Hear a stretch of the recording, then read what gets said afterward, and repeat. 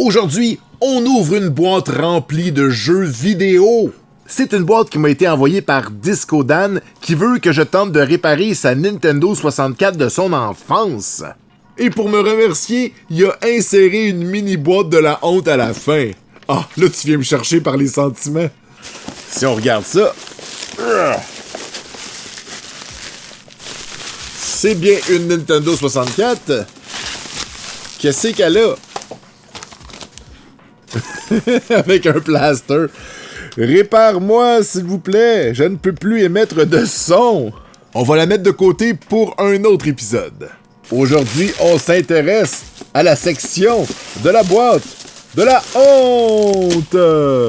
Je sens que ça va être le fun. Alors, il y a plein de paquets qui sont numérotés. Donc, je vais essayer de les ouvrir dans l'ordre. On y va avec le numéro 1. Là, vous allez me dire, Giz, tu prends la récompense avant d'avoir accompli la mission. Je fais ce que je veux. Je suis un adulte. Puis je vais la réparer, la Nintendo 64. Inquiétez-vous pas. Qu'est-ce que c'est que ça? Oh! Ça, c'est les belles pochettes de Nintendo qui brillent, hein?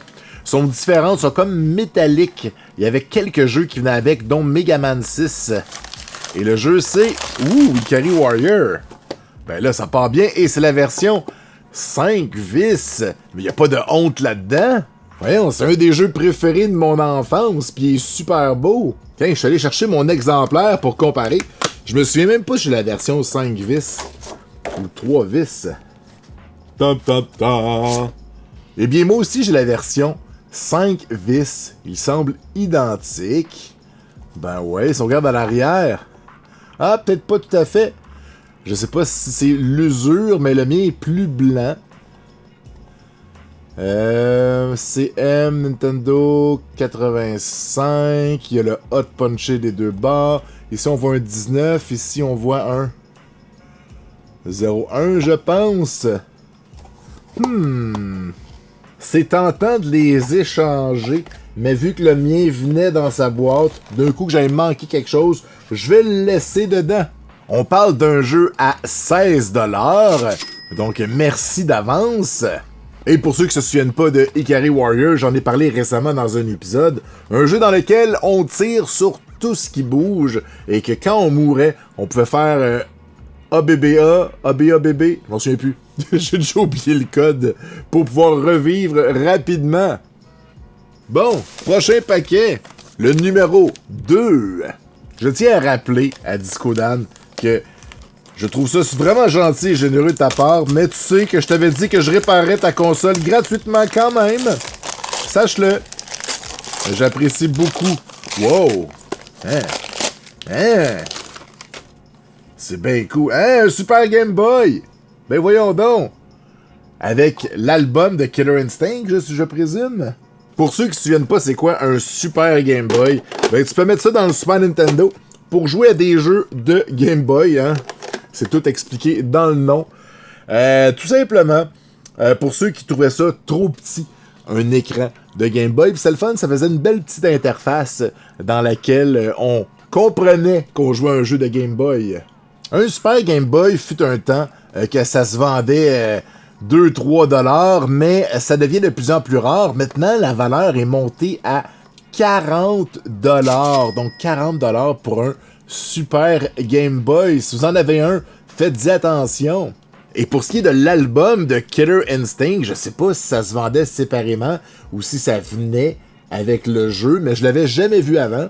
Si on regarde à l'arrière, hein, le nom des chansons, mon Dieu, je suis pas assez familier avec le jeu pour reconnaître le nom des ballades comme Toots and Claw, Yahaha, Rumble, L'extrême, Yo, check this out.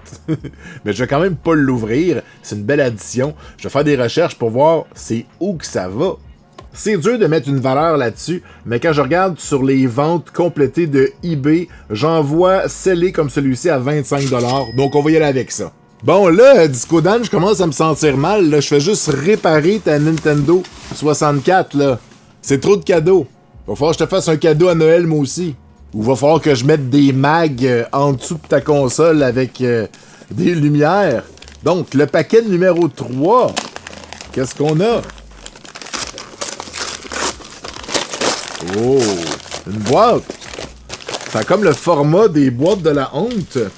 C'est comme la même taille que les petites boîtes. On voit rien. Oh, mon Dieu, c'est une thématique combat.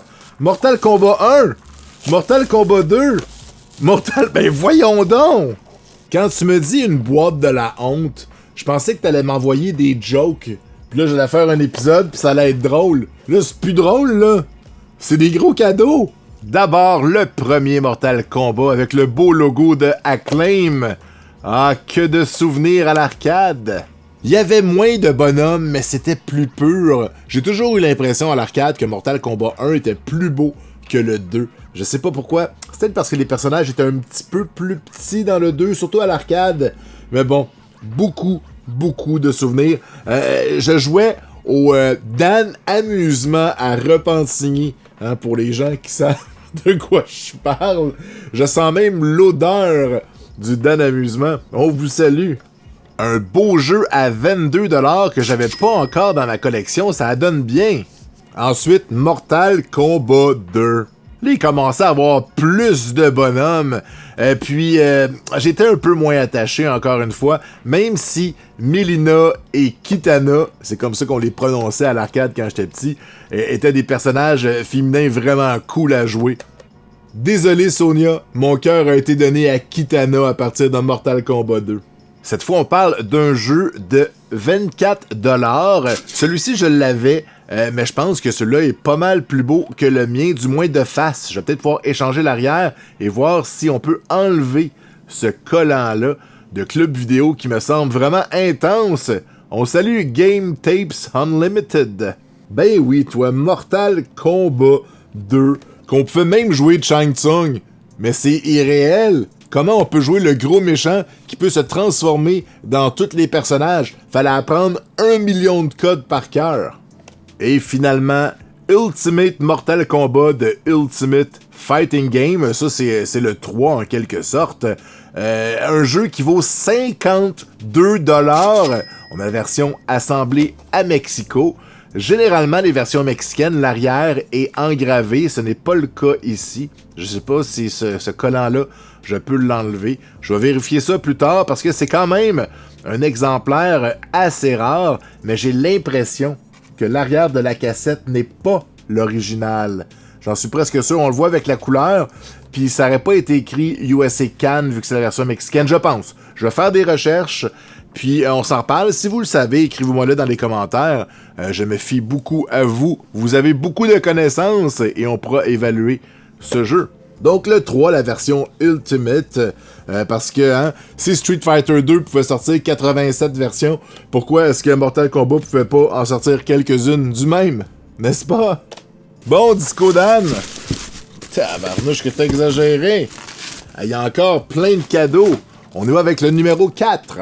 J'aime ça en plus avec le papier de Noël, ça fait thématique Noël du campeur.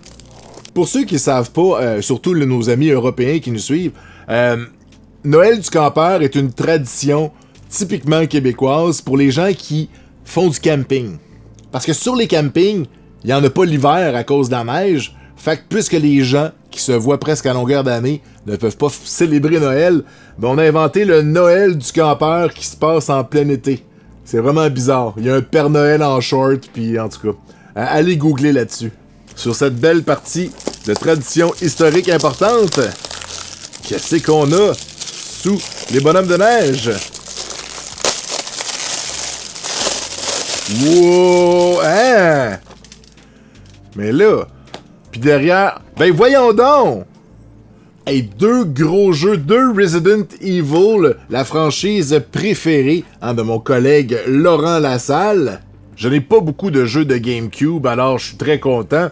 C'est un des gros jeux, c'est la version Player's Choice. Il est complet, magnifique, wow! Mais là, t'as-tu vidé ta collection pour que je répare ton GameCube, ton Nintendo 64? Hey, c'est vraiment un bel exemplaire. Il est presque parfait. Mature, 17 ans et plus. Un jeu dans cet état qui vaut 36$, donc une grosse valeur, encore une fois. J'ai pas joué à ce jeu. Je n'ai pas fait les Resident Evil sur GameCube. J'ai beaucoup regardé Laurent jouer sur la chaîne Twitch du jeu, c'est sérieux. Mais celui-là, je ne l'ai pas fait. Ensuite, c'est au tour de Resident Evil 4. Un autre Player's Choice. Même valeur, une valeur de 36$ dans cet état. On a le petit, le petit truc anti-vol. Ici, on va l'enlever. On voudrait pas se faire dire qu'on l'a volé. On se l'est fait donner. C'est ça qui fait bip bip quand tu sors du magasin, quand t'as pas payé. Il faut le démagnétiser, là.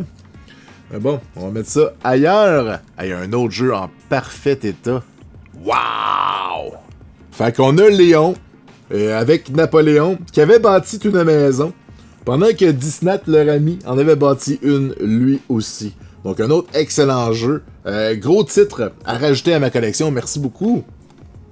Allez, on poursuit. Le numéro 5. M'amener, est-ce que ça va devenir honteux au moins? Allez, un petit peu de honte. Oh! Oh! Mais qu'est-ce? C'est qui lui? Ah, ça je ne connais pas. Advance Wars Dual Strike. Ah, c'est le temps de frapper. Une cassette double? Hein, il y a Mario et Luigi dedans, ça n'a pas rapport. Mais là, l'as-tu oublié dedans? Bonus! Fait que c'est voulu. Bonus, Mario et Luigi. Mais voyons donc. Tous les manuels sont là. On peut même s'abonner à Nintendo Power. Et on va recevoir un cadeau gratuit. Mon Dieu, il est-tu trop tard? C'est pas parce que ça existe plus qu'ils ont peut-être encore des cadeaux. On le sait pas. Alors voici de quoi ça a l'air ce jeu-là. Encore une fois, c'est un jeu que je ne connaissais pas avant aujourd'hui. On parle d'un jeu dans cet état qui vaut quand même 57$. Ben voyons donc. Et on rajoute à ça Mario et Luigi qui vaut à lui seul 29$. Ben oui, Mario et Luigi Bowser's Inside Story, un autre jeu que je n'ai pas joué. Je n'ai pas eu de DS.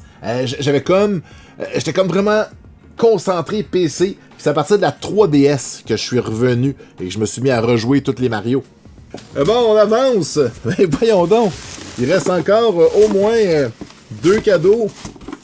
Fait qu'on a le numéro 6, mesdames et messieurs. Qu'est-ce qu'on peut bien avoir là-dedans? C'est gros. C'est du bois. Hein? Une boîte de bois. Wow. Petit cadeau de mon garçon, Gabriel. Il a construit des modèles en beads juste pour vous. Ah, c'est bien fin.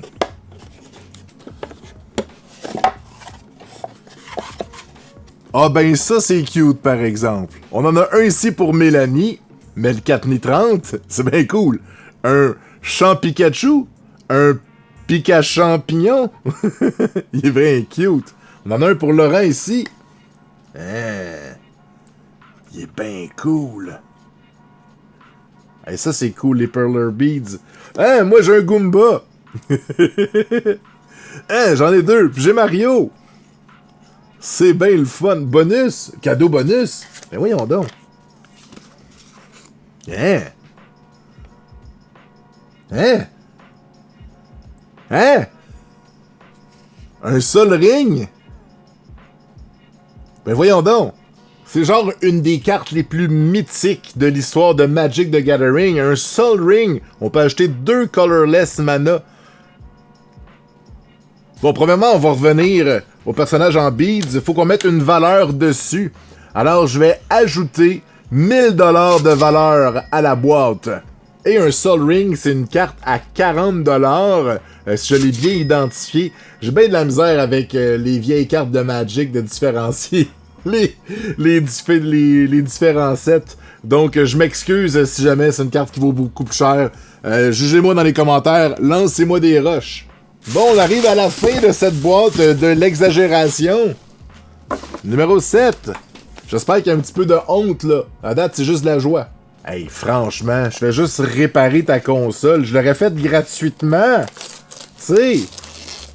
Oh my god. Oh my god, checkez le beau jeu complet en boîte. Ta-ta-da. Star Tropique. Wow, il est beau. Probablement un jeu dans le top 10 ou du moins le top 20 de la NES. Star Tropics, une aventure épique sous le ciel des tropiques. C'est pas moi qui le dis, c'est eux autres. On va aller regarder à l'intérieur de la boîte. Donc on voit que c'est la version Mattel, donc la version québécoise, ben canadienne. À l'intérieur, on a tout. On a tout. Hey, regardez-moi ça. Star Tropic, on a même... Oh, on a la lettre! La fameuse lettre! Salut, Mike! Salut! Je suis désolé de t'avoir écrit en bilingue, au moins. Wow!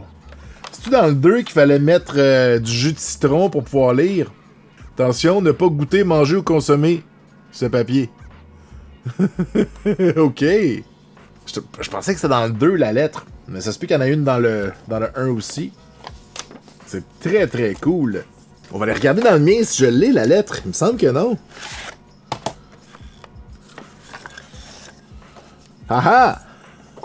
Moi aussi, je l'ai. C'est donc ben drôle. Il y a comme le même truc ici. Est-ce que c'est volontairement abîmé? C'est donc ben drôle. C'est-tu parce que c'était collé sur quelque chose? C'est bien bizarre. Je me souviens pas, peut-être qu'il était collé... Ah, il était collé sur le manuel!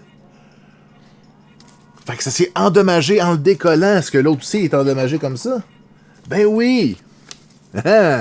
C'est donc ben triste, mais intéressant à la fois. Fait qu'il était collé. Wow!